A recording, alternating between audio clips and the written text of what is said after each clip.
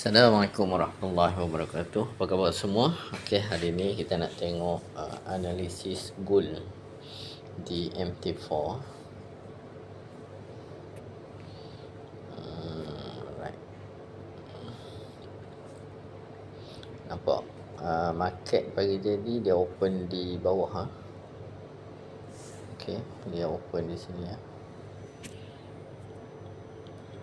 berbanding dengan close pada hari Jumaat lepas.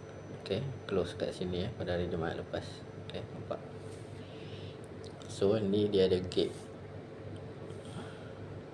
ataupun dia terjun kosong dia terjun. Ini maksudnya menunjukkan price sekarang mungkin tidak bersambung dengan keadaan yang sebelumnya. Maksudnya price yang sekarang ini dia akan mulakan perjalanan baru dengan trend yang baru. Okey, so kita tengok semula dia punya pergerakan dia. Ini di M15. Okey, kalau kita tengok di H1, okay, H1 ni pun kita boleh nampak lah dia punya gap dia tu. Okey, ni dia besar kawasan dia, jarak tu, ni jarak ni. Okey, kita bulat semula. Okey, tu dia punya jarak dia. Lompat tu jauh ada terjun tu jauh. Okey, ini menunjukkan kemungkinan besar price ini akan mulakan trend baru dan dia kemungkinan tak bersambung dengan keadaan price yang sebelum ni. Dia tak bersambung dengan yang sebelum ni, 3 hari sebelum ni. Okey, kalau kita tengok yang 3 hari sebelum ni, ni hari yang pertama, kita kira ni hari pertama, hari kedua dan juga hari ketiga. Dia agak mendatar situ 3 hari tu. Pilih warna lain. Okey, ni hari pertama, kedua, ketiga. Okey, 3 hari ni dia agak menurun. Kemudian hari yang pertama tu dia naik, kemudian dia terus gap ke bawah.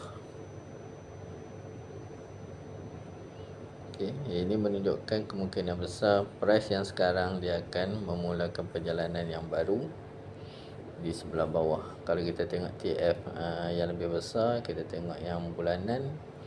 Okey, bulanan pun dia sedang buat retest ataupun dia sedang buat satu break untuk perjalanan bulanan ni. Dia bergerak dari sini, dia mula naik dari sini sampailah ke atas. Okey, sampai sini sekarang dah berapa bulan,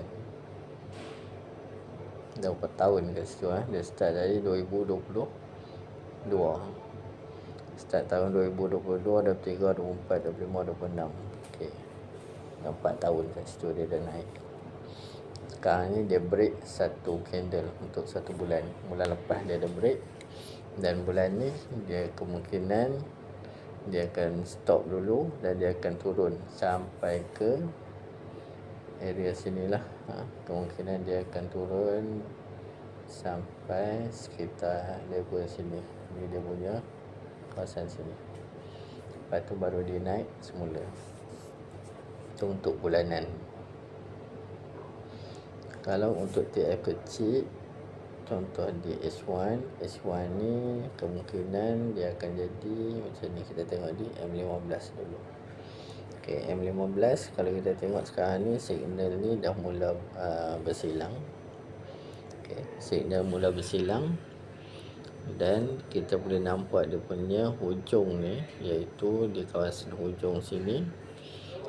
Signal kuning dah mula bersilang di sebelah bawah, dan keadaan CCI juga sudah menunjukkan ke bawah.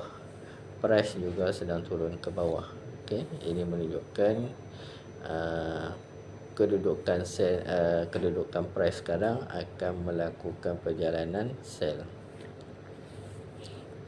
sampailah CCI mencecah 175 ataupun 233 atau sampai 320. Okey, barulah M15 akan naik semula dan dia akan turun semula setelah itu.